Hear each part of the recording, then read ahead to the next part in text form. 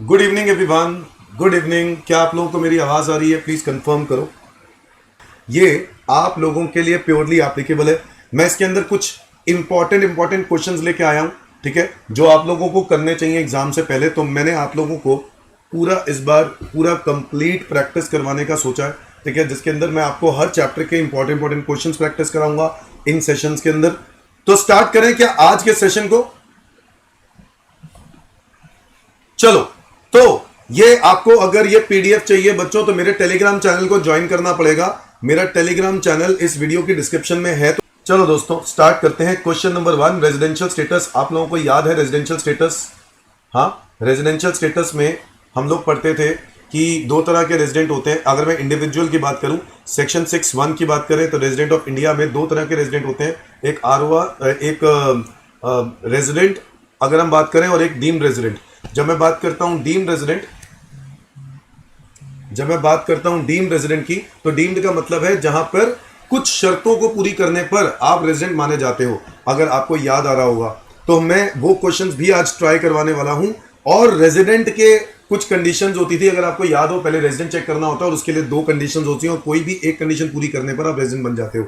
एक होता था 182 डेज और मोर, और दूसरा होता था 60 डेज और मोर during the relevant previous year and 365 days और मोर ड्यूरिंग 4 प्रीवियस ईयर्स। दोनों में से कोई एक कंडीशन पूरी करने पर आप इंडिया के रेजिडेंट बन जाते हो। और फिर इसके बाद रेजिडेंट बनने के बाद चेक करा जाता है कि आप इंडिया के आरओआर हो या नहीं। और आरओआर होने के लिए दो एडिशनल कंडीशंस होती हैं, 2 प्रीवियस ईयर्स में resident out of 10 previous years, और 7 सालों में 730 दिन। ये दोनों एडिशनल कंडीशन पूरी करने पर आप इंडिया के आरओआर बन जाते हो, वरना इंडिया के आरएनओआर बनते हो। तो बच्चों हम लोग यहां पर इसके अलावा हम लोगों ने और भी डिस्कस किया था डीम्ड रेजिडेंट के अंदर, जहां पे सेक्शन 6(1) पढ़ा था, जहां पे हम लोगों ने ये डिस्कस किया था कि अगर आप इंडियन सिटीजन हो या आप इंडियन ऑरिजिन हो, इंडियन सिटीजन या इंडियन ऑरिजिन पर्सन जो कि इंडिया में आ रहा है ऑन अ विजिट, ठीक है, कितने डेज के लिए? देखो वैसे तो अगर आपको याद हो ये एक्सेप्शनल केसेस में आते हैं, इंडियन ऑरिजिन इंडियन सिटीजन वाले अगर वो इंडिया में आते हैं ऑन अ विजिट, कितने डेज के लिए? वैसे तो 182 डेज होने चाहिए, बट यहां पर गवर्नमेंट ने 120 डेज की कंडीशन डाल रखी है। सेक्शन 6(1) ये सबको याद है, मैं उम्मीद करता हूं, ठीक है। मैं रिवीजन नहीं करा रहा हूं, मैं सीधे क्वेश्चन चालू करने वाला हूं, ठीक है। क्वेश्चन चालू करने से एक बारी मैं फटाफट हिंट दे रहा हूं कि किन चीजों पे क्वेश्चन होगा, इसलिए कह रहा हूं। तो बताओ, इंडियन सिटीजन या इंडियन ऑरिजिन पर्सन जो कि इंडिया में आ रहा है ऑन अ विजिट, ठीक है, और नंबर 3 उसका स्टे इंडिया में 120 डेज और मोर है, और पिछले 4 सालों में 365 दिन, वो बात तो है ही है। और चौथी कंडीशन कि अगर उसकी टोटल इनकम इंडिया से 15 लाख रुपए से ज्यादा है। आपको याद आ रहा है, ये चारों कंडीशंस पूरी होने पर आप इंडिया के डीम्ड रेजिडेंट मान लिए जाते थे। एक और डीम्ड रेजिडेंट वाले क्लॉज होते थे जो बाहर से इंडिया आने वालों के लिए नहीं है, वो सबके लिए है। अगर आप इंडियन सिटीजन हो, नंबर 2 अगर आपकी टोटल इनकम 15 लाख रुपए से ज्यादा है इंडिया में, नंबर 3 आप दूसरे देश में टैक्स नहीं दे रहे, याद है, किसी दूसरे देश में उस इनकम पे टैक्स नहीं दे रहे, तो ऐसे केस में भी आपको इंडिया का डीम्ड रेजिडेंट मान लिया जाता था। चलो आओ जरा देखें क्या है कंडीशंस। इन पे क्वेश्चन आने की पूरी उम्मीद है दोस्तों। आओ स्टार्ट करते हैं। Question number 1, mister Jack comes to India for the first time on April 16, 2021 during his stay in India up to October 5, 2023. He stays at Delhi up to April 10, 2023. Thereafter remains in Chennai till his departure from India. Determine the residential status. पहले हम question यहीं पर solve कर लेते हैं, फिर मैं आपको लिखवाना स्टार्ट करता हूं। प्रैक्टिस लिखवाने की भी करनी है आप लोगों को। तो बताओ, पहले यही सॉल्व करते हैं। मुझे बताओ, मुझे चाहिए असेसमेंट ईयर 24-25। क्या मैं कह सकता हूं previous year 23-24? Yes sir, previous year 23-24। Previous year 23-24 में कितना स्टे है? अगर हम लोग देखें तो क्वेश्चन में लिखा हुआ है कि इंडिया में वो 16 अप्रैल 2021 को आया था, during stay in India up to October 5, 2023। तो इस बात का क्लैरिटी है कि आप 5 अक्टूबर 2023 तक इंडिया में रहे हो। इससे क्या फर्क पड़ता है आप दिल्ली में रहे हो या आप दूसरे स्टेट में रहे हो? रहे तो हो ना, यस और नो। अब मुझे बताओ, and thereafter remains in Chennai till his departure from India. Okay, अब मुझे बताओ यहां पर स्टे टोटल प्रीवियस ईयर 23-24 में कितना होगा? क्या April 23 में वो आप इंडिया में हो? हाँ। मई में? यस। जून में? यस। जुलाई में? यस। अगस्त में? यस।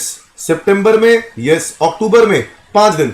जिस दिन आप इंडिया में आते हो और जिस दिन आप इंडिया से जाते हो, क्या दोनों ही दिन इंडिया में काउंट करते हैं? यस एवरीवन, बिल्कुल दोनों दिन इंडिया में काउंट करते हैं।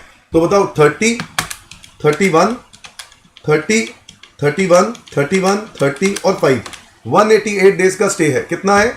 188 डेज का ये स्टे है। और 188 डेज का स्टे हम कह सकते हैं कि कहां पे है? बताओ इंडिया में है, और अगर 188 डेज का स्टे इंडिया में है तो भाई आप इंडिया के क्या बन गए हो, रेजिडेंट बन गए हो। यस और नो एवरीवन, रेजिडेंट तो बन गए हो। अब रेजिडेंट बनने के बाद आपको चेक करना होता है कि आप इंडिया के आरओआर हो या नहीं, और आरओआर होने के लिए आपको दो एडिशनल कंडीशंस होती हैं, दोनों में से सॉरी दोनों की दोनों पूरी करनी पड़ेंगी। यस और नो। अब देखते हैं क्या आप इंडिया के रेजिडेंट तो हो गए, रेजिडेंट होने के बाद चेक करना है कि पिछले 2 सालों में दो आरओआर दोनों कंडीशन पूरी हो रही है कि नहीं हो रही। तो मैंने देखा दो कंडीशंस 2023-24 को छोड़ देते हैं, 22-23, और आप 22-23 में पूरा साल इंडिया में थे, बोलो हाँ या ना। तो 365 दिन आप इंडिया में ही हो, बिल्कुल सही बात है। 21-22 में चेक करो तो आप 15 अप्रैल को आए हो, 16 अप्रैल को आप इंडिया में आए हो, तो इसका मतलब है 16 अप्रैल से लेकर 31 मार्च 2022 तक आप इंडिया में थे। 21-22 में बताओ कितने दिन का स्टे होगा, 21-22 में कितने दिन का स्टे होगा। मैं ऐसा करूं, 365 का होता है 21-22 है ना, 21-22 में 365 में से माइनस कर देते हैं जितने दिन आप इंडिया से बाहर रहे हो। 16 अप्रैल को आए हो ना, तो 16 जिस दिन आए हो वो तो इंडिया में काउंट करना है। तो 365 में से कितने दिन बाहर रहे हो, 15 दिन बाहर रहे हो, तो 15 दिन हटा दो, तो 15 दिन हटा देंगे तो कितना आएगा, 350 डेज। तो टोटल कितना बनेगा, 715 दिन। इससे पहले तो आप इंडिया में आए नहीं हो, फर्स्ट टाइम आए हो। तो बताओ क्या दो एडिशनल कंडीशन पूरी हो गई, नहीं, दोनों में से कोई दोनों की दोनों कंडीशन पूरी करनी थी ना आरओआर होने के लिए। एक 7 सालों में 730 दिन, आप 7 सालों में तो 2 ही साल आए हो, और वो भी 730 नहीं बन रहे, 715 बन रहे हैं। तो आपकी ये कंडीशन मिसमैच हो गई, और इस रीजन की वजह से आप इंडिया के रेजिडेंट तो हो बट नॉट ऑर्डिनरी रेजिडेंट हो। तो बताओ आप लोगों को सॉल्व करना है, कैसे लिखोगे। सबसे पहले क्वेश्चन नंबर 1 का solution, residential status of mister Jack. ये क्वेश्चन 5 नंबर का आएगा एग्जाम में, अगर ऐसा क्वेश्चन आता है तो। जैक का रेजिडेंशियल स्टेटस निकालना है, कौन से ईयर के लिए निकालना है, for the assessment year 2024-25। Yes और नो। सबसे पहले आपको क्या करना है, स्टेप नंबर 1, सबसे पहले वेदर रेजिडेंट और नॉट, ये चेक करना है। आंसर इसके नहीं मिलेंगे तो आप लोग प्लीज आंसर साथ साथ नोट करो, रजिस्टर पकड़ो, साथ साथ नोट करना स्टार्ट करो, ठीक है। वेदर रेजिडेंट और नॉट, मुझे बताओ आप रेजिडेंट हो या नहीं। प्रीवियस ईयर 23-24 में हम लोगों ने चेक कर लिया है, कितना स्टे बनता है बताओ। प्रीवियस ईयर 23-24 में स्टे बनता है, स्टे इन इंडिया कितना बनता है, 188 डेज। ओके, सो आप लिखोगे since mister Jack has stayed in India for 188 days during the previous year 23-24, yes or no, during the previous year 23-24,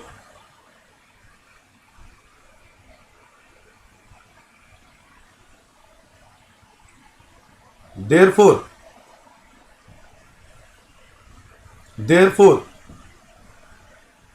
Mr. Jack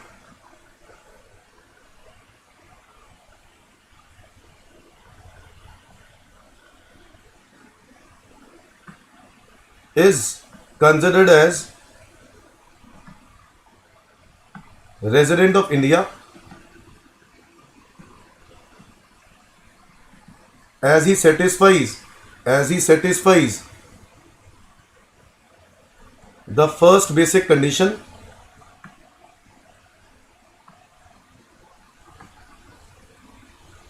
बताओ, that is to stay in India for 182 days or more, है ना। आप India में 182 days और मोर रहे हो। Yes बेटा, कुछ क्वेश्चन है, आप लोग आप टेलीग्राम चैनल ज्वाइन करो ना मेरा, टेलीग्राम चैनल पर आपको मिल जाएंगे, ठीक है।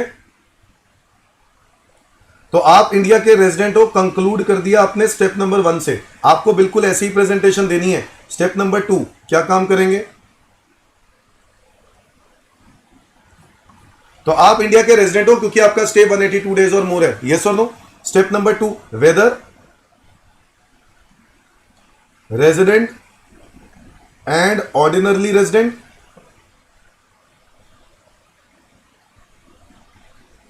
और नॉट, क्या आप आरओआर हो या नहीं? तो आप लोग क्या करोगे, आप लोग आरओआर चेक करने के लिए 10 में से कोई 2 साल, 10 में से 2 साल रेजिडेंट प्रूव करना होता है, 7 सालों में 730 दिन। अब आपकी एक कंडीशन मैच नहीं हो रही ना, नहीं हो रही।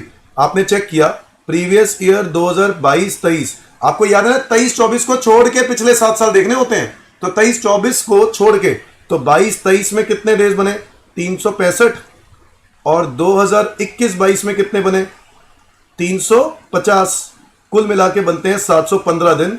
और इससे पहले तो वो इंडिया में आया ही नहीं, तो इसलिए मैं यहां पर ये मेंशन करने वाला हूं, mister Jack has stayed in India for 715 days during 7 previous years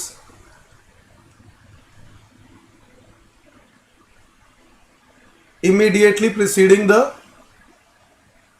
relevant previous year।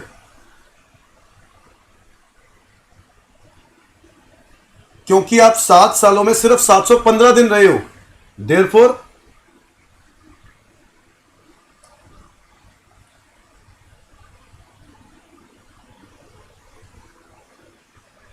he is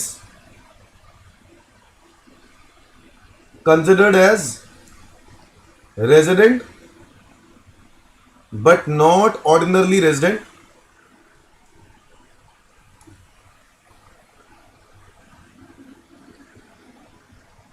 of India since he is unable to satisfy, unable to fulfill या satisfy, unable to fulfill the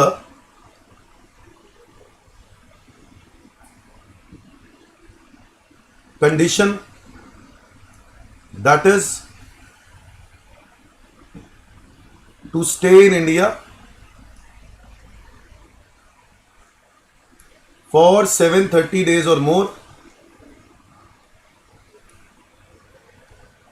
in 7 previous years immediately preceding the relevant previous year।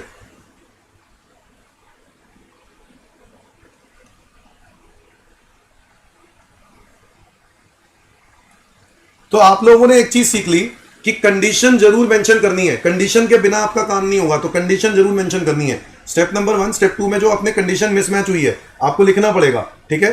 और आपका finally conclusion लिखना जरूरी है, तो conclusion क्या लिखोगे जल्दी बताओ। He is resident but not ordinarily resident of India.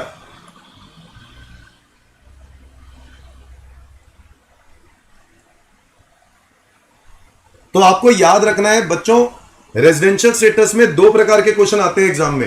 एक रेजिडेंशियल स्टेटस चैप्टर के, रेजिडेंशियल स्टेटस के कॉन्सेप्ट्स के, जिसके मैंने आपको एक एग्जांपल दे रहा हूं ऐसा क्वेश्चन, या फिर एक आएगा इंसिडेंस ऑफ टैक्स का। क्या आएगा? इंसिडेंस ऑफ टैक्स का। 2 ही तरह के क्वेश्चन आ सकते हैं एग्जाम में, प्रैक्टिकल की बात करें तो। क्या सब लोगों ने नोट कर लिया? फटाफट डन बोलो, तब मैं आगे बढ़ूंगा।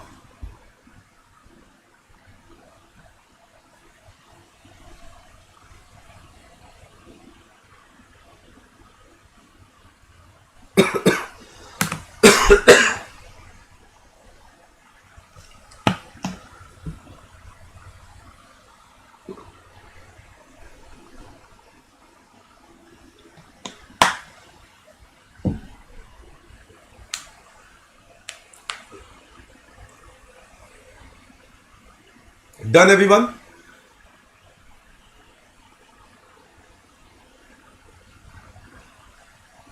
तो क्या रहेगी प्रेजेंटेशन, ये आपको मैंने बताना था इस क्वेश्चन के जरिए। आगे बढ़ते हैं। हर क्वेश्चन की प्रेजेंटेशन नहीं दे पाऊंगा मैं, बिकॉज इतना वक्त नहीं है हमारे पास, और 1 घंटे के अंदर मैं मैक्सिमम क्वेश्चन, जितने 6-7 क्वेश्चन करने की कोशिश कर रहा हूं वो करवाने की कोशिश करूंगा अच्छे से, ठीक है। तो आओ आगे बढ़ते हैं। क्वेश्चन नंबर है 2। अब ये क्वेश्चन एक वन ऑफ द कैटेगरी है। पहला क्वेश्चन तो मैंने आपको बता दिया, नॉर्मल रेजिडेंट वाला क्वेश्चन है जो आपको आ सकता है। अब एक कैटेगरी भी है। कहता है मिस्टर जयचंद एक इंडियन सिटीजन है, इंडिया छोड़ के एम्प्लॉयमेंट पर्पस के लिए बाहर जा रहा है इन कंट्री एक्स। और आपको याद है, अगर आप इंडियन सिटीजन हो, एम्प्लॉयमेंट पर्पस के लिए जाते हो, तो आप एक एक्सेप्शन केस में कवर होते हो। जिसके अंदर ये बात बोली गई थी कि आपको 182 वाली ही कंडीशन पूरी करनी पड़ेगी। याद आ रहा, कुछ नहीं याद आ रहा? हाँ सर, 182 वाली कंडीशन ही पूरी करनी पड़ेगी। On 5 June 15 he regularly visited India and stayed for 60 days in every previous year. हर साल इंडिया में आता है और 60 दिन इंडिया में रहता है, ठीक है। However in financial year 23-24 he did not came to India at all। India में आया ही नहीं। He owns a commercial building in Delhi in which is let out। He also set up a retail store in India which is controlled by his brother from India। लो जी लो, India में वो आया ही नहीं तो इंडिया का तो रेजिडेंट वो हो ही नहीं सकता। हो सकता है क्या? चेक करो, हो भी सकता है। सर क्या बात कर रहे हो, डेज का स्टे नहीं है, कैसे हो सकता है? 3 शर्तें अगर पूरी कर ली तो वो इंडिया का डीम्ड रेजिडेंट बन सकता है। याद है, पहली शर्त कि अगर वो इंडियन सिटीजन है, और वो इंडियन सिटीजन है, क्वेश्चन में लिखा है। नंबर 2, अगर उसकी टोटल इनकम इंडिया से 15 लाख रुपए से ज्यादा है। बताओ हाँ या ना? टोटल इनकम अगर 15 लाख से ज्यादा है तो वो इंडिया का क्या बन जाएगा? रेजिडेंट। और तीसरा एक और कंडीशन भी दी, he is not liable to pay tax in any other country. ये तीनों शर्तों के बारे में लिखा होगा तो ही आपको इंडिया में आप RNOR मान लिए जाओगे। तो देखो कह रहा है, however in financial year 23-24 he did not come to India at all. He owns in commercial building Delhi में, और he also has a setup a retail store जो उसका भाई चला रहा है। He provided the following information to your regarding incomes. तो भाई साहब इंडिया में वो 12 लाख रुपए की तो कमर्शियल बिल्डिंग से इनकम कमा रहा है, ओके, जो कि 15 लाख से अभी भी कम है। इनकम फ्रॉम रिटेल स्टोर जो इसका भाई चला रहा था, कंट्रोल्ड बाय ब्रदर है, बट भाई है तो ओनरशिप तो इसका सेटअप तो इसी का ही है ना। तो इसका मतलब है यहां पर ये 4.5 लाख की इनकम भी आपकी ही है। तो मुझे बताओ ना, क्या ये मिला के 15 लाख से ज्यादा हो गया कि नहीं हो गया? सर हो गया। और ऊपर से क्या लिख रहा है? Country x does not tax any individual on their income. लो जी लो, तो जिस कंट्री में ये रह रहे हैं ना ऑलरेडी, वो लोग इसके ऊपर 15 लाख पर टैक्स नहीं लगाते। तो कहानी खत्म हो गई बच्चों। तो मुझे एक बात बताओ, बड़ी सिंपल सी बात है, रेजिडेंशियल स्टेटस यहां पर क्या होगा? आंसर डीम्ड रेजिडेंट का आंसर होगा। क्या आंसर होगा? Deemed resident. तो बताओ, क्वेश्चन नंबर है 2, डीम्ड रेजिडेंट में यहां पे अप्लाई करूंगा। क्वेश्चन नंबर है 2, और रेजिडेंशियल स्टेटस हमें निकालना है जयचंद का। Residential status of mister Jaichand.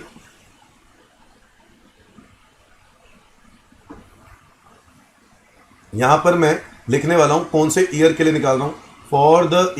For the previous year, या असेसमेंट ईयर लिख लो, प्रीवियस ईयर लिख लो 23-24। असेसमेंट ईयर लिखता तो कौन सा लिखता? 24-25। फॉर द प्रीवियस ईयर 23-24, जिसमें मैं सीधा सीधा यहां पर ये बात मेंशन करने वाला हूं क्योंकि मुझे डे स्टे तो है ही नहीं। Mister Jaichand has not state in India during the previous year 23-24। वो तो इंडिया में रहा ही नहीं। यस और नो? वो तो इंडिया में रहा ही नहीं। सो जयचंद तो इंडिया में रहा नहीं, तो मुझे बता दो ना, अगर वो इंडिया में रहा नहीं तो वो तो रेजिडेंट होना नहीं चाहिए। But as per proviso of section number 6(1), if following condition satisfies, if following 3 conditions satisfies, then Mr. Jayachand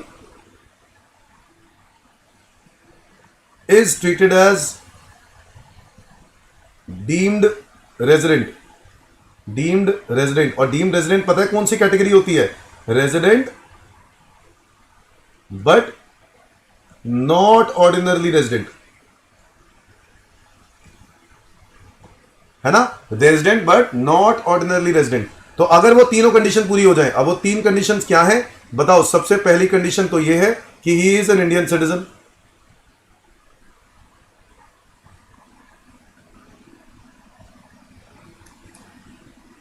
He is an Indian citizen। Number 2, his total income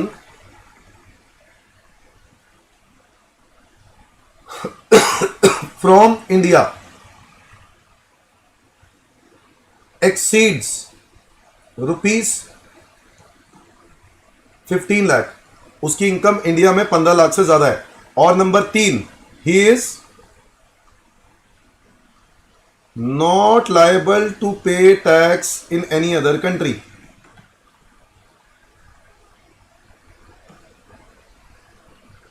तो गवर्नमेंट का बड़ा सिंपल सा मुद्दा है, बड़ा सिंपल सी बात करता है। हाँ बेटा वही प्रोवाइजो ही तो है ना ये अनमोल, सेक्शन 6(1) प्रोवाइजो ही है जो बेसिकली एक्सेप्शन के नाम से सेक्शन 6(1) एक नया अमेंडमेंट आ गया, ठीक है। तो as per proviso section proviso लिख सकते हो आप, कोई दिक्कत नहीं है। अब मुझे बताओ यहां पर he is not liable to pay tax in any other country. अगर is not liable to pay tax in any other country, क्या ये तीनों शर्तें पूरी हो रही हैं? हाँ तीनों शर्तें पूरी हो रही हैं। अगर ये तीनों शर्तें पूरी हो रही हैं तो हम लोग क्या लिखेंगे? ही इज, अब बताओ ये तीनों शर्तें तो पूरी हो रही हैं, मैं यहां पे लिखूंगा since mister Jaichand satisfies all the above conditions,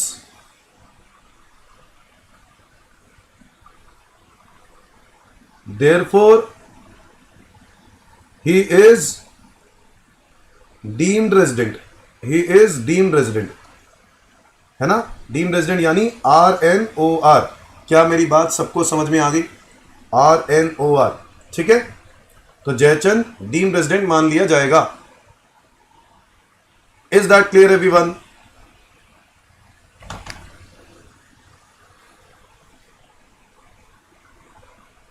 is that clear everyone? अब आप बस इसकी टोटल इनकम दिखा देना कि टोटल इनकम इसकी कितनी बन रही है। आप यहां पे दिखा सकते हो उसकी टोटल इनकम। एक तो है income from commercial building, income from commercial building, commercial building, income from commercial building,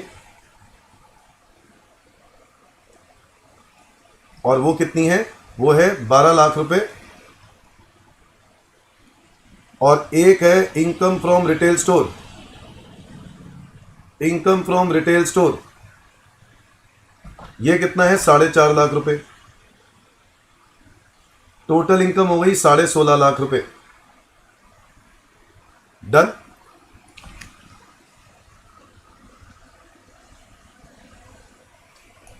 ये है आपका प्रेजेंटेशन नंबर 2 सेकंड क्वेश्चन का, जो कि एक वन ऑफ द क्वेश्चन है जो एग्जाम में पूछा जा सकता है, ठीक है। डन बोलो सारे बच्चे। मैं थर्ड क्वेश्चन पे आ गया हूं।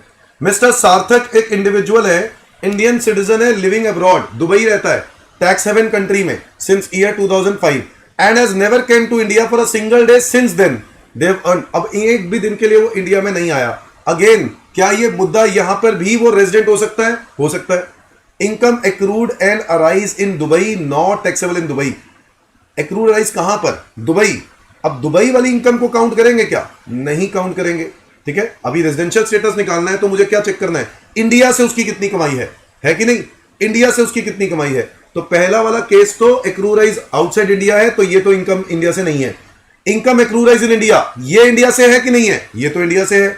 अच्छा income deemed to accrued arise in India, ये भी इंडिया से है। हाँ बिल्कुल ये भी इंडिया से है। Income arising in Dubai from profession setup in India. भाई प्रोफेशन सेटअप इन इंडिया, जब प्रोफेशन सेटअप इन इंडिया होता है तो कंट्रोल एंड मैनेजमेंट कहां से होता है? इंडिया से होता है। और कंट्रोल अगर इंडिया है ना, तो भाई ऐसे केस में हम लोगों को क्या पढ़ाया कि कंट्रोल एंड मैनेजमेंट इंडिया है तो उसको इनकम इंडिया की मानेंगे, इंडिया की मानेंगे ये 20-15 लाख काउंट करने के लिए। तो बताओ क्या ये टोटल इनकम 23 लाख हो गई इंडिया से? यस। 15 लाख से ज्यादा हो गई? यस। आप क्या बाहर हो जहां पे वो टैक्स हेवन कंट्री है? यस। इंडियन सिटीजन हो और इंडिया में नहीं आए हो, तो भाई आप यहां पर भी क्या बन जाते हो? इंडिया के रेजिडेंट बन जाते हो। क्या मेरी बात समझ में आ गई? डीम्ड रेजिडेंट बन जाते हो, डीम्ड रेजिडेंट। मैं अब इसका आंसर सीधा सीधा यहीं लिख रहा हूं। Is that clear everyone? और मेरी टैक्सेबल इनकम, बच्चा पूछ रहा है टैक्सेबल इनकम क्या होगी, तो टैक्सेबल इनकम क्या होगी? टैक्सेबल इनकम होगी 5 लाख, 8 लाख और 10 लाख, 23 लाख रुपए जो मुझे टैक्स देना होगा। कितने पर देना होगा? 23 लाख रुपए पर। क्या ये बात सबको समझ में आ गई? बताओ अगला पार्ट क्या कहता है? अगला पार्ट कहता है what would be your answer if income arising in Dubai from the profession setup in India is 2 lakh instead of 10 lakh. अगर 2 लाख होता तो अगर ये 2 लाख होता तो ये 2 लाख होता तो टोटल होता 15 लाख। और क्योंकि हमें 15 लाख से ज्यादा इनकम देखनी होती है, 15 लाख नहीं 15 लाख से ज्यादा देखनी होती है, इसलिए यहां पर आंसर मेरा क्या बन जाता पता है, नॉन रेजिडेंट। क्या हो जाता, नॉन रेजिडेंट। यस और नो, यहां पर मेरा आंसर नॉन रेजिडेंट हो जाता, क्योंकि हमें देखनी है इनकम एक्सीडिंग 15 लाख। क्या होनी चाहिए, इनकम एक्सीडिंग 15 लाख। यस और नो, आप लोग देख सकते हो।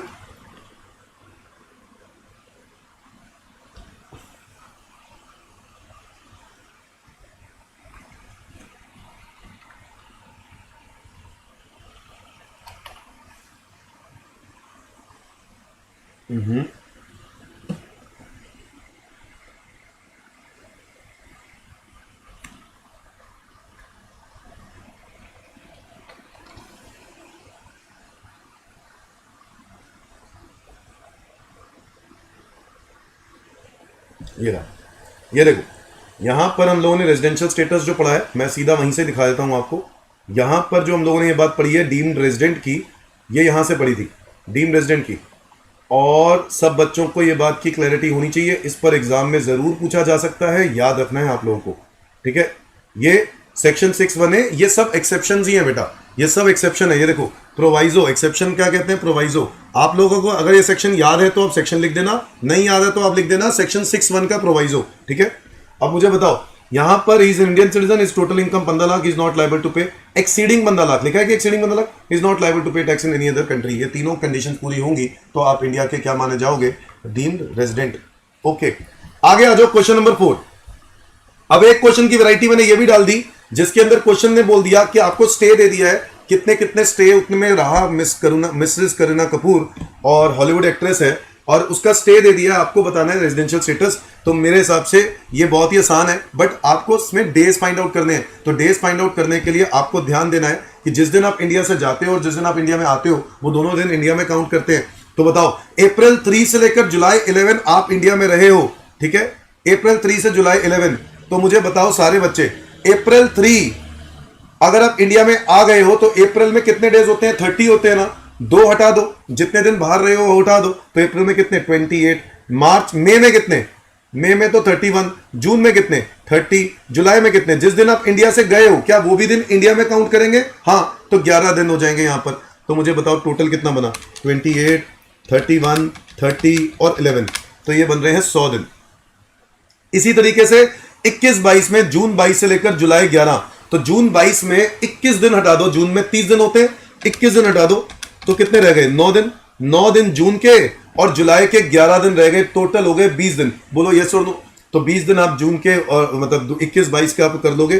फरवरी में 10 तारीख को आप इंडिया में आ गए हो, तो फरवरी में 10, फरवरी में 20-21 का ईयर है ये, 20-21 लीप ईयर तो नहीं होता है, 20 तो लीप ईयर होता है, बट 20-21 में फरवरी 21 आ रहा है, तो इसलिए लीप ईयर नहीं होता है। तो फरवरी 10 तारीख है, तो 9 दिन तो हटा दो, 28 में से 9 दिन हटा दो, तो कितने बनेंगे, 19 दिन ये रहेंगे। बेटा कोई डाउट आएगा तो प्लीज पूछना। मार्च में 26 दिन, तो टोटल कितने हो गए ये, 19 + 26, ये हो गए 45 दिन। कितने हो गए, 45 दिन। सितंबर 7 से मार्च 26, सितंबर 7 से बाहर हो आप, सितंबर 7 है तो इसका मतलब है सितंबर में 30 दिन होते हैं। बोलो यस और नो। और सितंबर में 6 तारीख, 6 दिन हटा दो, 30 - 6 तो ये हो गए 24। सितंबर में 24, अक्टूबर में आप लोग ले लोगे कितना, अक्टूबर में कितना लोगे, 31, नवंबर में कितना लोगे, 30, दिसंबर में कितना लोगे, 31, जनवरी में 31, फेब में ये 19-20 है, अच्छा तो फेब में 28, वो 29 होगा, और मार्च में 31।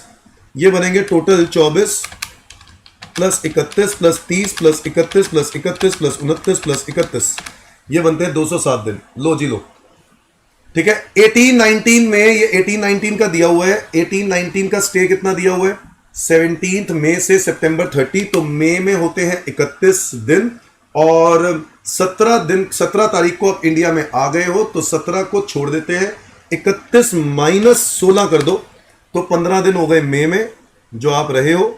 इसके अलावा जून में हो गए 30, जुलाई में हो गए 31, अगस्त में हो गए 31, सितंबर में हो गए 30। तो मुझे बताओ टोटल स्टे कितना हुआ, 15 + 30 + 31 + 31 + 30, ये हो गया 137 डेज, 137 डेज। 3 अप्रैल से जुलाई 11, ये हमने पहले भी निकाल लिया था ना, 100 दिन ही था शायद, ये भी 100 दिन है, ये भी 100 दिन है, ये भी 100 दिन है, और ये भी 100 दिन है।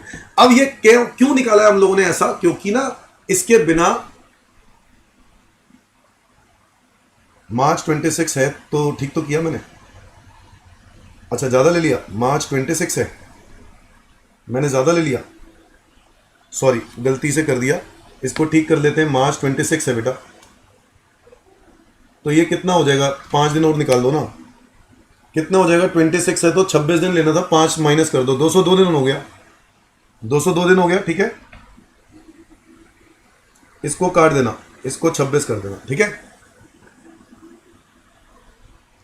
अब बताओ यहां पर बाकी सब ठीक है, बाकी सब ठीक है, 100 अब मुझे बताओ ये स्टे निकालने के बाद अब मुझे चेक करना है रेजिडेंशियल स्टेटस क्या है। प्रीवियस ईयर 22-23 में आपका स्टे 100 डेज है, तो भाई 60 डेज और मोर तो हो गया। पिछले 4 सालों में 365 होना चाहिए ना, तो ये है 20, 45, 202 और 137। चेक करें, 20 प्लस 45 प्लस 202 प्लस 137 तो 365 से ज्यादा बनते हैं। तो भाई ये बात तो क्लियर हो गई कि 22-23 में ये रेजिडेंट है। अब रेजिडेंट चेक करने के बाद क्या चेक करना है कि वो ROR है या वो RNOR है। इसके लिए क्या करेंगे बताओ, ROR RNOR के लिए हम लोगों को देखना पड़ेगा पिछले 7 सालों में 730 दिन या 2 प्रीवियस ईयर में रेजिडेंट आउट ऑफ 10 प्रीवियस, दो या नहीं, दोनों के दोनों। अब मुझे बताओ 7 सालों में 730 दिन बन रहे हैं क्या? इस ईयर को छोड़ना पड़ेगा, इससे पहले के 7 साल 1 2 3 4 5 6 7 यहां तक देखना है। तो मुझे बताओ यहां तक बने 20 plus 45 plus 202 plus 137 plus 100 plus 100 plus 100, ये बन रहे 704 दिन। तो answer very clear, resident but not ordinarily resident. क्या आंसर होगा? Resident but not ordinarily resident. Is that clear everyone? क्या ये बात सबको समझ में आती है? ओके, RNOR आंसर आ गया मेरा, RNOR। आगे बढ़े, चलो इंसिडेंस ऑफ टैक्स। तो बच्चों वन ऑफ द क्वेश्चंस और कैटेगरी जो अगर आप मुझसे पूछोगे तो कौन सी कैटेगरी के क्वेश्चंस पूछे जा सकते हैं, वो है इंसिडेंस ऑफ टैक्स। सुनना, इंसिडेंस ऑफ टैक्स में हम लोगों ने पढ़ा है, क्या पढ़ा है बताओ? ROR, RNOR और NR। अगर आप इनकम एक्रूराइज इंडिया में करते हो तो आपको तीनों में टैक्सेबल है, ROR, RNOR और NR। इनकम रिसीव इंडिया है, तीनों को टैक्सेबल है। Income accrue arise outside, receive outside but control India है, तो ROR और RNOR को टैक्सेबल है। इनकम एक्रूराइज भी outside, receive outside, control outside, सब कुछ आउटसाइड है, तो क्या करेंगे? सिर्फ ROR को टैक्सेबल है। और अगर चारों चीजें, तीनों चीजें आउटसाइड है बट बिजनेस पार्टली, बिजनेस जो है वो आप कंपेयर कहां से कंट्रोल कर रहे हो, मतलब सॉरी पुराने प्रॉफिट्स को इंडिया में रेमिट कर रहे हो, तो क्या करेंगे? ऐसे केस में वो इनकम टैक्सेबल हो जाएगी, सॉरी नॉन टैक्सेबल हो जाएगी। तो ऐसे केस में तीनों को नॉन टैक्सेबल हो जाएगी। पांचवा केस क्या था कि अगर आप बाहर से कमाते हो, बाहर ही रिसीव कर रहे हो, कंट्रोल भी बाहर है, बट पुराने प्रॉफिट्स को इंडिया में भेजा, रेमिटेंस करने पर कोई टैक्स नहीं लगेगा, तीनों को नॉन टैक्सेबल। बताओ इस क्वेश्चन में आपको करना है, 5th क्वेश्चन है जिसके अंदर आपको कुछ इंफॉर्मेशन दी हुई है। आपको फाइंड आउट क्या करना है कि आपकी क्या टोटल इनकम होगी मिस्टर जेड की फॉर द असेसमेंट ईयर 24-25। अगर वो ROR है तो क्या होगा, RNOR है तो क्या होगा, और नॉन रेजिडेंट है तो क्या होगा। ठीक है, तो स्टार्ट करें। क्वेश्चन नंबर है 5।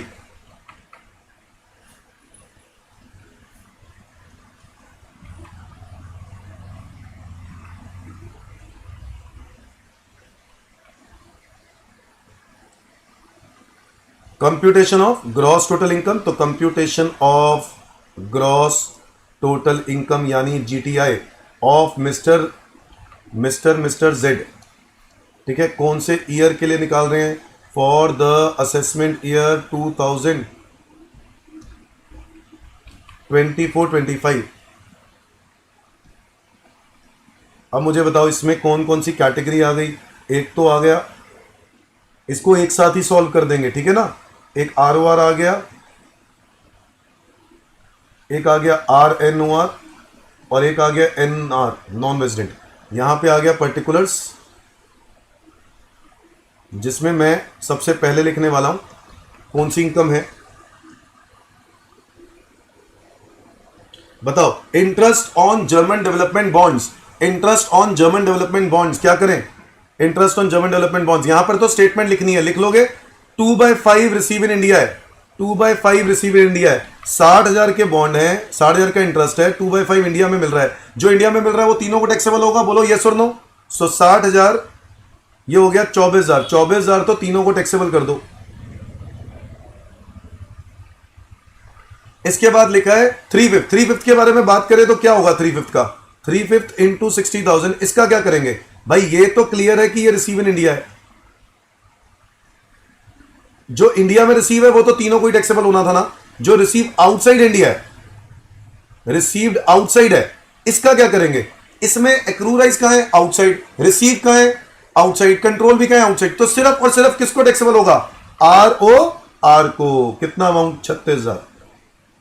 क्योंकि गवर्नमेंट कहता है ना कि भाई अब तू कहीं से भी कमा, अगर तू इंडिया का ROR है ना, कहीं से भी कमा, ऑस्ट्रेलिया से, जर्मनी से, ब्राजील से, रशिया से, यस और नो, आसमान से कमा या पाताल से, या फिर कमा अफ्रीका के जंगलों से, टैक्स कहां देना होगा? इंडिया में, है ना। नंबर 2, आगे आ जाओ। Income from agriculture in Bangladesh receive there but later on 50,000 is remitted to India. क्या करे? एक्रूराइज कहां हुआ? बाहर। रिसीव भी कहां हुआ? बाहर। कंट्रोल भी कहां है? बाहर है। सब कुछ बाहर है। तो भाई जब सब कुछ बाहर है तो क्या करेंगे? सिर्फ और सिर्फ ROR को टैक्सेबल होगा। Is that clear everyone? Is that clear everyone? तो भाई ये हो गया मेरा सेकंड पार्ट। मैं आ गया हूं थर्ड पार्ट पे, ध्यान से देखना। अगला point, income from property in Canada. Income from property in Canada receive outside India. Property कहां पे है? बाहर। तो एक्रूराइज कहां हुआ? बाहर। रिसीव कहां हुआ? बाहर। कंट्रोल भी कहां है? बाहर। सब कुछ बाहर है भाई। इससे कोई फर्क नहीं पड़ता कि आपने वो भेजा इंडिया में भेज दिया, रेमिटेंस है। रिसीव तो बाहर ही किया ना। अच्छा, कुछ पैसा खर्च कर दिया, क्या करें? खर्च कर दिया तो क्या एग्जेम्प्ट कर देंगे? सवाल ही नहीं पैदा होता। ये एप्लीकेशन ऑफ मनी है। Application of money is always taxable. आप पैसा कमाने के बाद कहीं भी खर्च करो, वो टैक्सेबल ही रहेगा, गवर्नमेंट कहता है। Is that clear? 86,000 एक्रूराइज कहां हुआ? बाहर। रिसीव कहां हुआ? बाहर। कंट्रोल भी बाहर। किसको टैक्सेबल होना चाहिए? सिर्फ ROR को टैक्सेबल होना चाहिए। 86। आगे आ जाओ।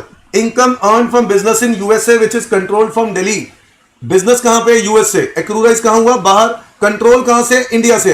15,000 इंडिया में मिल गया। तो भाई बताओ, 15,000 अगर इंडिया में मिल गया, रिसीव इन इंडिया है, तो क्या करेंगे? जो 15,000 है उसका क्या करेंगे? वो तो तीनों को टैक्सेबल हो जाएगा, यस और नो। 15,000 तीनों को टैक्सेबल हो जाएगा। और जो बाकी के 50,000 रुपए है उसका क्या करें? बाकी के 50,000 रुपए हैं उसका क्या करें? वो 50,000 रुपए आउटसाइड इंडिया मिला है। अब इसके लिए रूल सोचो। 50,000 एक्रूराइज कहां हुआ? एक्रूराइज कहां हुआ? आउटसाइड। रिसीव कहां हुआ? आउटसाइड। कंट्रोल कहां से है? दिल्ली से। दिल्ली मतलब इंडिया। तो 50,000 जो दिल्ली से है तो ROR और RNOR को टैक्सेबल होगा। तो 50,000 यहां पर आएगा और 50,000 यहां पे आएगा। समझ में आ रहा है? पॉइंट नंबर है 5। मुझे बताओ, dividend paid by foreign company. Foreign company है तो एक्रूराइज कहां हुआ? बाहर। रिसीव कहां हुआ? इंडिया। एक्रूराइज बाहर, रिसीव इंडिया। तो रिसीव इंडिया हो जाएगा, तो टेंशन क्यों लेनी है? तीनों को क्या कर देंगे? टैक्सेबल कर देंगे। 46,500। सिंपल सी बात है भाई। देखो रूल्स समझ लो। एक्रूराइज इंडिया हो जाए, तीनों को टैक्सेबल। रिसीव इंडिया हो जाए, तीनों को टैक्सेबल। एक्रूराइज बाहर, रिसीव बाहर। कंट्रोल इंडिया से हो तो दो को टैक्सेबल, ROR और RNOR को, रेजिडेंट्स को टैक्सेबल बेसिकली। और अगर तीनों ही सब कुछ ही आउटसाइड हो, एक्रूराइज भी बाहर, रिसीव भी बाहर, कंट्रोल भी बाहर, तो सिर्फ ROR को टैक्सेबल, क्योंकि ROR को तो टैक्स देना ही पड़ेगा। ROR सिर्फ तभी बच सकता है जब इनकम बाहर से कमाई हो, बाहर ही रिसीव हुई हो, और कंट्रोल भी बाहर हो, बट पुराने सालों के प्रॉफिट इंडिया में भेजे हो। पुराने सालों के प्रॉफिट पे टैक्स इंडिया में अब नहीं लगेगा, तो उस केस में तीनों को नॉन टैक्सेबल करना है बस। नंबर 6 पे आ गए हम। अगला पॉइंट, ये देखो पास्ट वाली बात हुई, पास्ट वाले ही आ गया सामने, तो ये क्या करेंगे? इसको किसी को भी टैक्सेबल नहीं करेंगे। पुराने सालों के प्रॉफिट हैं, पुराने सालों का ही हिसाब है। ये रेमिटेंस है। रेमिटेंस मतलब पैसे भेजना होता है, रिसीव करना नहीं। नंबर 7, मुझे लिखा है प्रॉफिट फ्रॉम बिजनेस इन चेन्नई। चेन्नई कहां है? इंडिया में ही तो है, तो एक्रूराइज इंडिया हो गया। बताओ यस और नो। तो 27,000 तीनों को क्या हो जाएगा? टैक्सेबल हो जाएगा। आगे बताओ। पॉइंट नंबर 8, हाँ, profit on sale of building. Building sale कहां पे की? इंडिया में, तो एक्रूराइज क्या हुआ बेटा? एक्रूराइज इंडिया हो गया। Sale of building in India है तो तीनों को टैक्सेबल हो जाएगा। तीनों को टैक्सेबल हो जाएगा, कोई डाउट नहीं है सर, वेरी मच क्लियर। आगे बात करते हैं। पेंशन फॉर्मर एम्प्लॉयर कहां पर? इंडिया में। इंडिया से फॉर्मर एम्प्लॉयर, तो एक्रूराइज कहां हुआ भाई? इंडिया में हुआ ना, तो इंडिया में हुआ 36,000 रुपए। तीनों को क्या हो जाएगा? टैक्सेबल 36,000 रुपए। और इसके बाद gift in foreign currency from a friend. अब गिफ्ट का क्या होता है? अगर रिलेटिव से मिलता है तो फुली एग्जेम्प्ट होता है। रिलेटिव से मिलता है फुली एग्जेम्प्ट होता है, बट अगर किसी फ्रेंड से मिला या किसी से भी मिला नॉन रिलेटिव से, तो 50,000 की लिमिट होती है, अगर आपको याद आ रहा हो। 50,000 से ज्यादा है तो फुली टैक्सेबल। क्या ये 80,000 का गिफ्ट है? हाँ। और कहां मिल रहा है? इंडिया में। तो ये वाला पॉइंट क्या होगा? तीनों को टैक्सेबल हो जाएगा, इससे कोई फर्क नहीं पड़ता कि किसने कमाया। रीजन बीइंग कि ये रिसीव इंडिया में हो गया। इसलिए मुझे बताओ मेरा आरओआर का आंसर क्या होगा। तो ये मेरा आंसर क्या होगा, 24,000, 36,000, 181,000 plus 86,000 plus 15,000 plus 50,000 plus 46,500 plus 27,000 plus 1480 plus 36,000 plus 80,000, ये बन रहा है 20,61,500। इसके अलावा आपको दिया है, एक हो गया 24,000 plus 15,000 plus 50,000 plus 46,500 plus 27,000 plus 1480 plus 36,000 plus 80,000, ये हो गया 17,58,500। इसके अलावा आपको एक दिया है 24,000 रुपये, 15,000 रुपये, 46,500, 27,000, 1480, 36,000 रुपये और 80,000 रुपये, ये बन गया 17,08,500। 17,08,500। तो ये हो गई मेरी ग्रॉस टोटल इनकम। क्या हो गई मेरी ग्रॉस टोटल इनकम। क्या ये बात सबको समझ में आ गई? जल्दी जल्दी डन बोलेंगे, और भी क्वेश्चन करने हैं, ठीक है? समझ में आ गया? सोचो 1 घंटे के अंदर हम लोग कितने सारे क्वेश्चन प्रैक्टिस कर लिए, और आपका रेजिडेंशियल स्टेटस अगर आपने रिवाइज किया है तो आपको ये क्वेश्चन करके मजा आएगा, नहीं तो सजा आएगा। समझ गए बात? नहीं तो मजा नहीं तो सजा। बोलो ये कब होता है? जब आप लोग प्रैक्टिस नहीं करके आए, रिवीजन करके नहीं आए। क्योंकि आप प्रैक्टिस करने आए हो मेरे पास, तो आपको रिवीजन करके आनी पड़ेगी ना। तो रिवीजन करके आओ, प्रैक्टिस मेरे साथ करो, ठीक है? रिवीजन के लिए भी आपको मैंने बोला यूट्यूब पर मेरी वीडियोस हैं, मैंने रिवीजन क्लासेस डाल रखी हैं, किसी को चाहिए होगी तो वो भी डाल देंगे। बताओ डन? सबका ये आंसर आ गया है, मैं उम्मीद करता हूं। मैं आगे बढ़ रहा हूं। अगला क्वेश्चन है, compute GTI in the hands of mister, in the hands of an individual, in the hands of an individual if he is ROR and NR. मतलब दो ही आंसर निकालने हैं, या तो वो आरओआर है तो क्या होगा, या वो एनआर है तो क्या होगा। ठीक है, आरओआर है तो क्या होगा, एनआर है तो क्या होगा। मैं यहीं पर कर दूंगा इसको। मुझे बताओ, interest from German derivative bonds. बताओ, बड़ा ही आसान है। 21,000 1/3 रिसीव इन इंडिया। क्या कर दूं भाई? इंडिया रिसीव इंडिया में हो भी तब भी, वैसे तो 1/3 कर, जैसे क्वेश्चन में दिया ना 1/3 दिया तो वैसे ही करो, ज्यादा कंफ्यूजन ही नहीं। 1/3 रिसीव इन इंडिया तो 7,000 तो 3 7 21 ना, 7,000 हो गया, दोनों को टैक्सेबल। यस और नो? 1/3 वाला पॉइंट, 1/3 वाला पॉइंट सबको समझ में आया? क्या 1/3 वाला पॉइंट सबको समझ में आया? 1/3 वाला तो ये हो गया। 2/3 की बात करें तो 2/3 का क्या करेंगे? 2/3 इज रिसीव आउटसाइड इंडिया। तो एक्रू राइज कहां हुआ? आउटसाइड। रिसीव कहां हुआ? आउटसाइड। कंट्रोल कहां है? आउटसाइड। जर्मन बॉन्ड्स है ना, तो बाहर एक्रू राइज है, रिसीव भी बाहर है, कंट्रोल भी बाहर, सब कुछ बाहर है। तो मुझे बता दो, ये 14,000 रुपए आरओआर को तो टैक्सेबल होंगे ही, एनओआर को नहीं होंगे, नॉन रेजिडेंट को नहीं होंगे। यस और नो? नॉन रेजिडेंट को नहीं होंगे। आगे आ जाओ। Income from agriculture land Malaysia. Sir agriculture land से तो इनकम एग्जेंट होती है, एग्रीकल्चर इनकम इंडिया से कमाई जाए तो एग्जेंट होती है। ठीक है जी, मलेशिया से कमाई गई है। क्रू राइज कहां है? बाहर। रिसीव कहां है? बाहर। कंट्रोल भी कहां है? बाहर। सब कुछ बाहर। तो क्या करेंगे? 51,000 आरओआर को तो हर हाल में टैक्सेबल होगा। बोला ना, कहीं से भी कमाए आरओआर, कहीं से भी कमाए, ऑस्ट्रेलिया से कमाए, जर्मनी से, ब्राजील से, रशिया से। बोलो यस और नो? आसमान से या फिर पाताल से, या फिर कमाए अफ्रीका के जंगलों से। टैक्स कहां देगा वो? इंडिया में। Income earn from business in Dubai. Business in Dubai, तो भाई दुबई में बिजनेस है, कंट्रोल इंडिया से है। ओके, 20,000 इंडिया में रिसीव हुआ। पहले तो 20,000 का निपटारा करो। 20,000 जो इंडिया में मिला वो तो दोनों को टैक्सेबल होगा ना, इसमें तो कोई डाउट ही नहीं है। हाँ बिल्कुल, दोनों को टैक्सेबल होगा। अब मुझे बताओ, इस 20,000 के बाद जो बाकी के 55,000 रुपए हैं उसका क्या करें? बाकी के 55,000 का क्या करें? सर बाकी के 55,000 रुपए जो हैं वो एक्रूराइज कहां हुए हैं? एक्रूराइज कहां हुए हैं? बाहर। रिसीव कहां हुए हैं? बाहर। कंट्रोल कहां से? इंडिया से। तो आरओआर तो टैक्स देगा ही ना। क्या एनआर देगा? एनआर नहीं देगा। हां एनओआर होता तो देता, एनआर नहीं देगा। क्या यह बात सबको क्लियर है?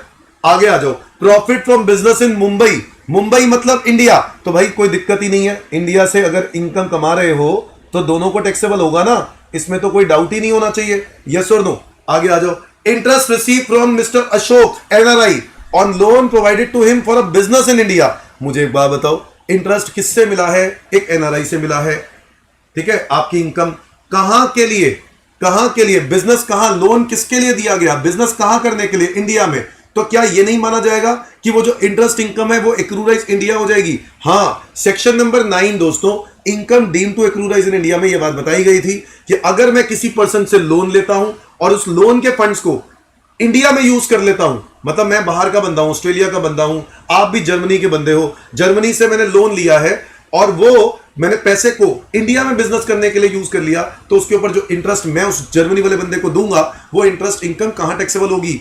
इंडिया में होगी। क्यों? क्योंकि बिजनेस कहां पे कर रहा हूं? इंडिया में। तो मुझे बताओ, बिजनेस ये इंडिया में है, ये टैक्सेबल हो गया, एक्रूराइज इंडिया मानी जाएगी, इसलिए ये दोनों को टैक्सेबल हो जाएगा। यस और नो? आगे, dividend from brown limited Indian company है, तो देखो इंडियन कंपनी है तो दोनों को क्या होना चाहिए? टैक्सेबल होना चाहिए। आगे आ जाओ। Profit from business in Canada control from Mumbai, control Mumbai से है। अच्छा, 60% profit deposited in bank in Canada and 40% remitted to India. क्या करें? कुछ भी ना करें, इस बात का कोई लेना देना नहीं है। अगर आप 60% प्रॉफिट बाहर है और 40% रेमिटेड टू इंडिया है, मतलब आप ये कह सकते हो 100% प्रॉफिट मिला कहां पे है? बाहर। 100% प्रॉफिट मिला कहां पे है? बाहर मिला है, बट उसमें से 40% इंडिया में रेमिट कर दिया, मिलने के बाद भेज दिया। रेमिटेंस जो होता है बच्चों, रेमिटेंस को हम इग्नोर करते हैं, हम रिसीव्ड वर्ड देखते हैं, रेमिटेंस नहीं देखते हैं। याद आ रहा है? तो मुझे एक बात बताओ, 60% प्रॉफिट डिपॉजिटेड इन बैंक, इस बात का कोई लेना देना नहीं था। अब आगे देखो, एक्रूराइज बाहर, रिसीव बाहर, कंट्रोल कहां है? इंडिया में है, तो आरओआर और एनओआर को टैक्सेबल होना चाहिए था ना, बट यहां पर एनओआर तो है ही नहीं, सिर्फ आरओआर है और एक एनआर है। आरओआर को टैक्सेबल हो जाएगा और नॉन रेजिडेंट को टैक्सेबल नहीं होगा। आगे बढ़े, आगे बढ़े। आगे कह रहा है amount receive from NRI for the use of know how for a business in Singapore. तो भाई अमाउंट रिसीव एक एनआरआई से रिसीव हुआ है, कहां पे? बिजनेस करने के लिए, बाहर करने के लिए, है ना? कहीं पर इंडिया में करने की बात थोड़ी ना हो रही है। एक्रूराइज आउटसाइड, रिसीव आउटसाइड, कंट्रोल भी आउटसाइड, सब कुछ आउटसाइड। तो देखो आरओआर को तो सर फिर भी टैक्सेबल होगा। सर क्या बात कर रहे हो? हाँ, आरओआर तो कहीं से भी कमाए, टैक्स कहां देगा? इंडिया में। इससे आसान तो हो ही नहीं सकता। Dividend receive from foreign company in India, dividend from foreign company in India, भाई रिसीव कहां हुई? इंडिया में ना, तो दोनों को टैक्सेबल होना चाहिए। समझ में आया? ये 25,000 दोनों को होना चाहिए। और पास्ट ईयर, पुराने सालों के प्रॉफिट को तो भूल ही जाओ ना तुम, पुराने सालों के प्रॉफिट को तो भूल ही जाओ, कुछ नहीं करेंगे। बता दो जरा टोटल कितना आ रहा है, सारे बच्चे बताओ टोटल कितना आ रहा है। मैंने अपना आंसर निकाल दिया है, 7,000 मेरा आंसर मैच कर रहा है कि नहीं कर रहा वो देखना है। 14, 51, 20 plus 55 plus 175 plus 35 plus 30 plus 60 plus 8 lakhs plus 25, ये आ रहा है 12,72,000। लो जी लो, मेरा ए पार्ट का आंसर तो बिल्कुल करेक्ट आ गया, 12,72,000। ठीक है, मैं अब सेकंड पार्ट का देख रहा हूं, क्या सेकंड पार्ट का मेरा आंसर मैच कर रहा है? 7,000, 20,000, 175,000, 35,000, 30,000, 25,000, तो ये हो गया 2,92,000, 2,92,000। तो ये आ गया मेरा आंसर 2,92,000। तो मेरे दोनों आंसर आ गए हैं, 1272 और 292। Is that clear everyone? Done बोलो जल्दी जल्दी, समझ में आ गया तो फिर आगे बढ़ेंगे। एक आखिरी क्वेश्चन आप लोगों के साथ प्रैक्टिस करूंगा, जल्दी जल्दी डन बोलो, समझ में आ गया तो। 9 बजे हम जीएसटी की प्रैक्टिस स्टार्ट कर देंगे, तो टाइम पर मिलेंगे कुछ क्वेश्चंस के साथ। टेलीग्राम का चैनल मैं आपको इसी ग्रुप पे भेज रहा हूं, मैसेज पे भी मैं कमेंट पे भी भेज दूंगा, और डिस्क्रिप्शन में भी अभी चेंज कर दूंगा, उसको डाल दूंगा डिस्क्रिप्शन में नए वाला चैनल का लिंक। ठीक है, तो आप उसके अंदर ऐड हो जाओ। चैनल वही है, नाम चेंज कर दिया है। ठीक है, तो आप लोग वहां पर ज्वाइन करो। डन बोलो सारे बच्चे, डन बोलो, समझ में आ गया तो।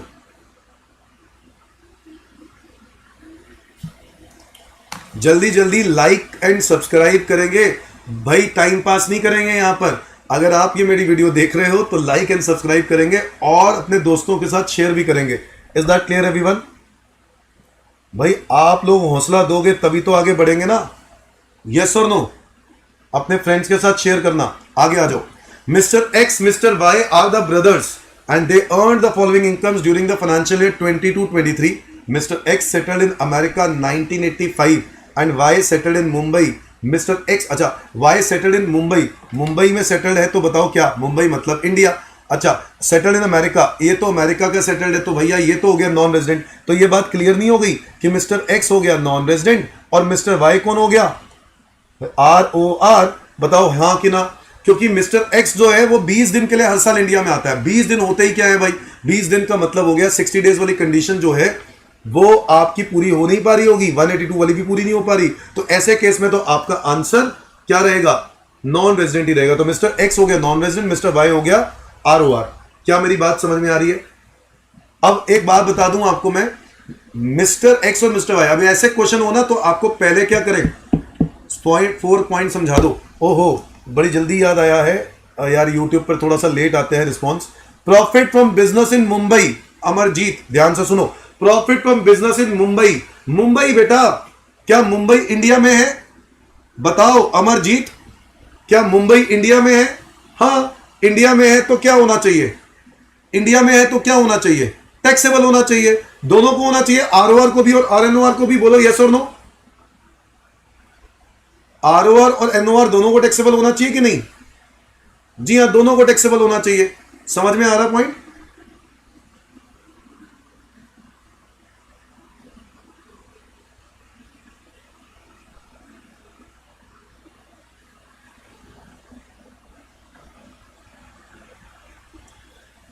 Done everyone. अमरजीत ठीक है, तो ये दोनों को टैक्सेबल होना चाहिए.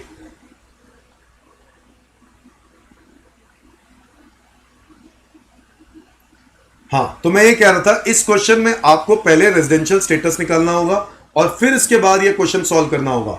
ठीक है, तो आपने रेजिडेंशियल स्टेटस पहले निकालना है. तो मुझे बताओ मिस्टर एक्स यहां पर क्या है? मिस्टर एक्स यहां पर क्या है? वो है NR नॉन रेजिडेंट, और मिस्टर वाई कौन है? ROR. ठीक है, तो आपका आंसर इस तरीके से निकलेगा. यानी आप पहले निकाल लो आंसर एक्स का, जो कि है क्या? NR, और वाई क्या? ROR. ठीक है, क्वेश्चन करें स्टार्ट. यस सर, स्टार्ट करें. Interest on American development bonds, 50% of the interest is receive in India. 50% India में रिसीव हो रहा है इंटरेस्ट. तो बताओ क्या करें? 50% इंडिया में हो रहा है, तो जो इंडिया में हो रहा है उसको तो कर दो ना पहले टैक्सेबल. कितना हो रहा है? 23 इसका हो गया, 9 इसका हो गया. 50% तो कर ही दो टैक्सेबल. इसके बाद कह रहा है 50% कहां मिल रहा होगा? बाहर मिल रहा होगा. तो accrue arise outside, receive outside, control outside. सब कुछ आउटसाइड होगा तो क्या होगा? सब कुछ आउटसाइड होगा तो क्या होगा?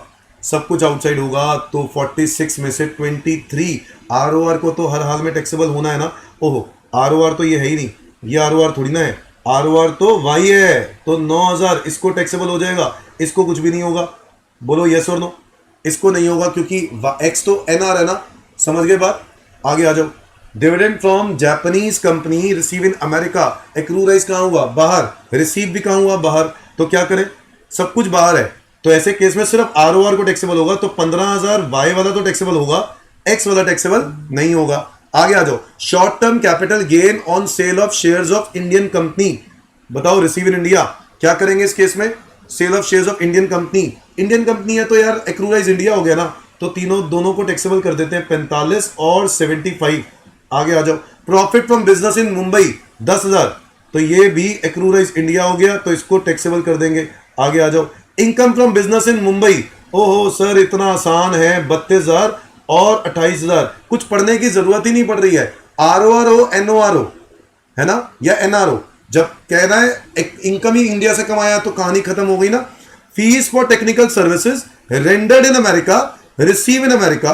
The services were however utilise in India. जब सर्विसेज इंडिया में यूज हो गई तो इनकम एक्रूराइज कहां से हो गई? इंडिया से. डीम टू एक्रूराइज कहते हैं इसको. तो बताओ, ये डीम टू एक्रूराइज इंडिया में हो गई 1.5 लाख रुपए. तो क्या करेंगे? 1.5 लाख रुपए जो एक्रूराइज इंडिया हो गया तो इधर टैक्सेबल हो जाएगा. सर ये तो नॉन रेजिडेंट है. अरे भाई, जब नॉन रेजिडेंट हो गया तो क्या करेंगे? नॉन रेजिडेंट हुआ तो ROR, अच्छा एक्रूराइज इंडिया हुआ तो क्या करेंगे? एक्रूराइज इंडिया हुआ तो चाहे ROR हो, चाहे NOR हो, चाहे वो नॉन रेजिडेंट हो, तीनों को ही टैक्सेबल होता है. बोलो यस और नो. इसलिए ये तीनों को टैक्सेबल होगा, तो इसलिए ये वाला टैक्सेबल होना था। इसको तो मिला ही नहीं ना, अगर मिला होता तो इसको भी टैक्सेबल हो जाता, बट मिला ही नहीं ना, तो इसको तो छोड़ दो। आगे interest on FD with SBI Mumbai 4,500, ये इंटरेस्ट टैक्सेबल हो जाएगा, और 4,500 टैक्सेबल होगा यहां पर, और यहां पर कितना आएगा 12,000। ठीक है ना, इनकम इंडिया से कमाई है। House property computed, now what do you mean by computed? Computed का मतलब है standard deduction has already been claimed, है ना। आपको पता है ना, हाउस प्रॉपर्टी में स्टैंडर्ड डिडक्शन मिलती है कितने रुपए की? 30% की। अब ये 30% की स्टैंडर्ड डिडक्शन क्लेम कर रखी है ऑलरेडी, तो बताओ ऑलरेडी क्लेम अगर नहीं की होती तो क्लेम करते। सैलरी रिसीव लिखा होता, कंप्यूटेड ना लिखा होता, तो हम सैलरी में से भी स्टैंडर्ड डिडक्शन क्लेम करते। कितने रुपए का? 50,000 रुपए का स्टैंडर्ड डिडक्शन सैलरी में 50,000, और याद रहे हाउस प्रॉपर्टी इनकम पे 30%। तो मुझे बताओ 30% यहां माइनस करा हुआ है ऑलरेडी, इंडिया से है ना, तो ये टोटल क्या कर देंगे 67,200 और 38,500 दोनों को टैक्सेबल कर देंगे। मुझे बताओ मेरी इनकम कितनी आ गई, सबका टोटल कर देते हैं। तो ये हो गया 23, 45, 10,000,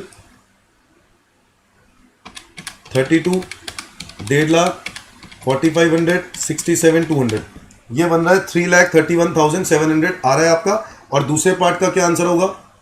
दूसरे पार्ट का है 9, 9, 15, 75,000, 28,000, 12,000 और 38,500।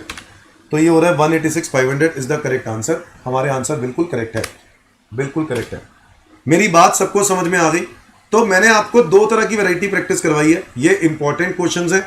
आप लोग एक बार और वीडियो देखोगे तो क्वेश्चंस आपको अच्छे से समझ में आ जाएंगे। अगर आप देखना चाहो तो देख सकते हो। और ये असाइनमेंट अगर आपको लेना है, ये आपको लेना है, तो आपको क्या करना पड़ेगा? टेलीग्राम चैनल पर ज्वाइन करना पड़ेगा।